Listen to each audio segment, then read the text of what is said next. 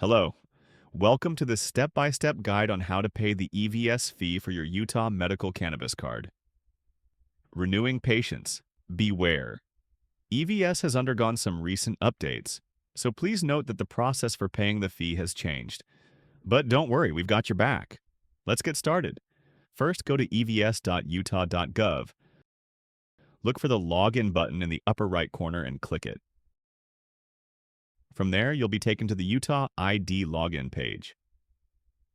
Go ahead and enter your Utah ID credentials to log in. Once you're logged in, scroll down and click on My Application. On the next page, you'll see your application listed under Patient ID. Click on the blue application button to open it. Next, click Add Payment. This will take you to the payment form. Fill out the required information and click Submit. Please note that if you're renewing your medical cannabis card, you will not be able to access your new card until your current one has expired. Otherwise, to access your brand new card, follow the same steps back to your application page.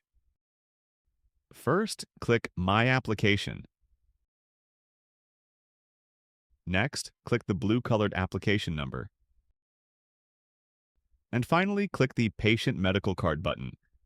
From here, you can download the file or screenshot your card. One last thing.